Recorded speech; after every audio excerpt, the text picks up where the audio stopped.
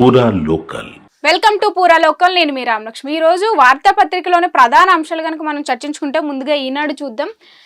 జలఖడ్గం కామారెడ్డి మెదక్ జిల్లాలో కుంభవృష్టి 12 గంటల రికార్డు స్థాయి వర్షం. ఇక కామారెడ్డిలో 33.8 సెంటీమీటర్ల వర్షం నమోదైంది. ఇంకా ఆర్కొండలో 44 సెంటీమీటర్లు. నీటి మునిగిన పలు కాలనీలు బస్తీలు.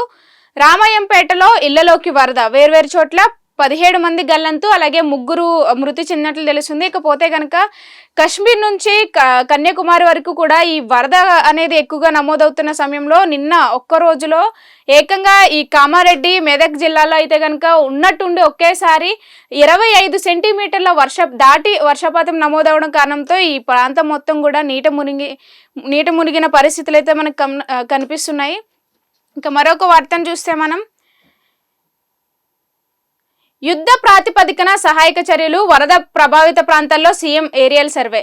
ఇకపోతే కనుక నిన్న ఆ ప్రాంతం మొత్తం నీటి మునిగిన కారణంగా అనేక మంత్రులు అలాగే సీఎంతో పాటు ఇక చాలా మంది అధికారులందరూ కూడా ఆ ప్రాంతాన్ని అయితే పరిశీలించడం జరిగింది. అలాగే సీఎం కూడా ఏరియల్ సర్వే చేసి వాళ్ళని రెస్క్యూ చేయడానికి అయితే ప్రయత్నించినట్లుగా తెలుస్తుంది. ఇక మనం చూస్తే కనుక విజువల్స్ లో ఇక్కడ 44 రహదారి హైవే ఏదైతే ఉందో ఆ హైవే పైన ఎంత మేర ట్రాఫిక్ నిలిచిపోయింది అనేది కూడా ఇమేజ్ లో చూస్తే తెలుస్తుంది.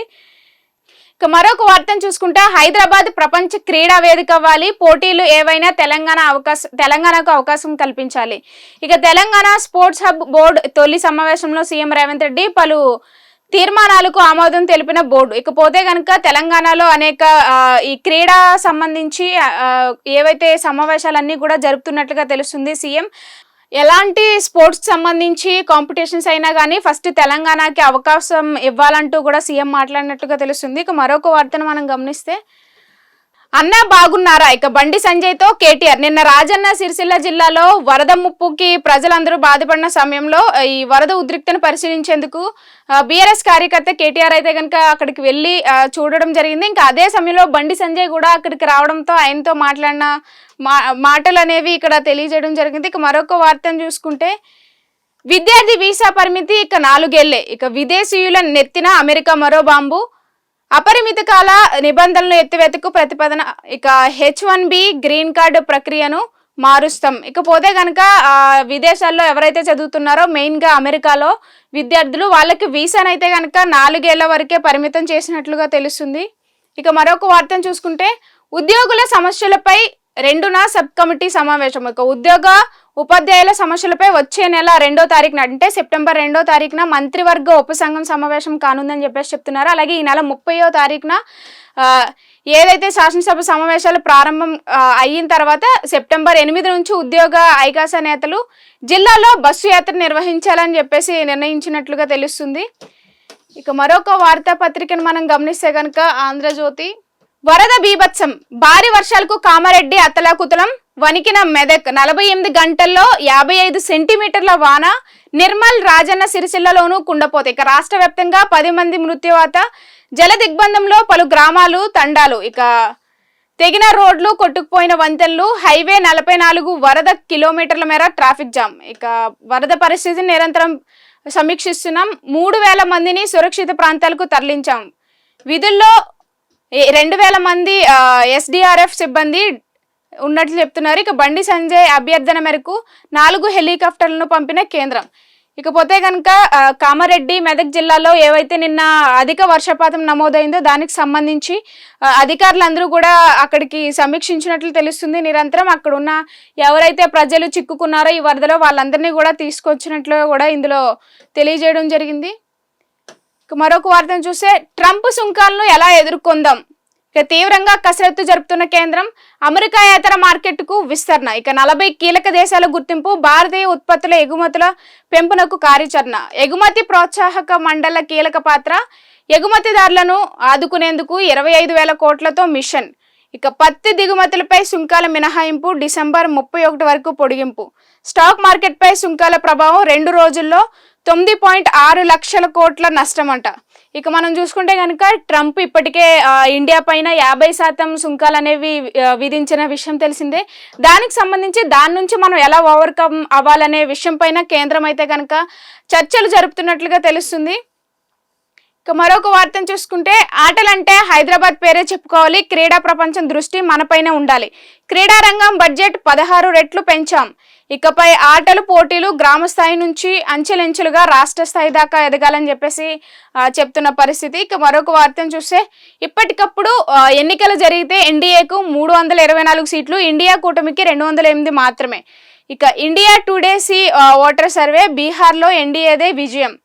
టైమ్స్ నౌ జేవీసీ సర్వేలో వెల్లడించడం అయితే జరిగినట్లు తెలుస్తుంది. ఇప్పటికిప్పుడు లోక్సభ ఎన్నికలు కనుక జరిగితే బీజేపీ సారథ్యంలోని ఎన్డీఏకు 324 సీట్లు వస్తాయని India today voter mood of the nation survey అంచనా వేసినట్లుగా అయితే ఇందులో తెలియజేయడం జరిగింది.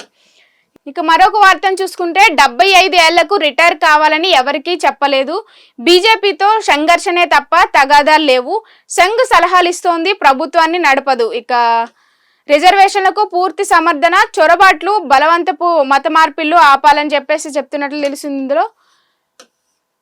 మరొక వార్తాపత్రికను మనం గమనిస్తే కనుక జల విలయం, భారీ వర్షాలతో మెదక్, సిద్దిపేట, సిరిసిల్ల తదితర జిల్లాల్లో అతలాకుతలం. పొంగు పొల్లుతున్న వాగులు, వంకలు, అలుగుపారుతున్న చెరువులు. ఇక వరదలు, వర్షాలతో 3 మృతి, 6 గల్లంతు. జల దిగ్బంధంలో గ్రామాలు, వందలాది మంది కాపాడిన సహాయక బృందాలు. ఇకపోతే కశ్మీర్ టు కన్యాకుమారి NH-44కు కోతలు, రాకపోకలు అంతరాయం.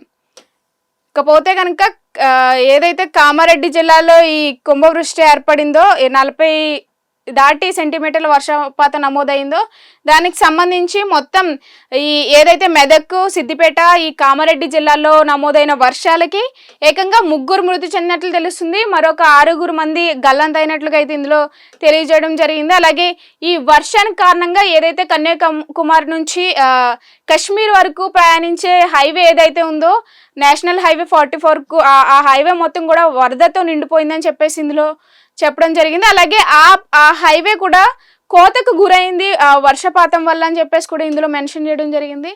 ఇక ఇందులోనే మనం చూసుకుంటే కనుక మెయిన్గా వేలాడిన రైల్వే ట్రాక్, ఈ వరద కారణంగా రైల్వే ట్రాక్ ఏ విధంగా వేలాడింది, అలాగే తెగిన NH-44 రోడ్ అని చెప్పేసి కూడా ఇందులో పిక్చర్లో చూపించడం జరిగింది. ఇక పోచారానికి తప్పిన ముప్పు, పోచారం ప్రాజెక్టుకు భారీ వర్షాలతో వరద పోటెత్తింది.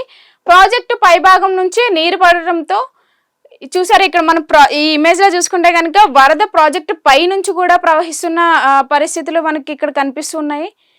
ఇక మరొక వార్తను చూసుకుంటే యుద్ధ ప్రాతిపదికన మరమ్మతులు, వరదలతో దెబ్బతిన్న రోడ్లు, చెరువులను పునరుద్ధరించాలి. అందుకోసం వెంటనే అంచనాలు తయారు చేయండి.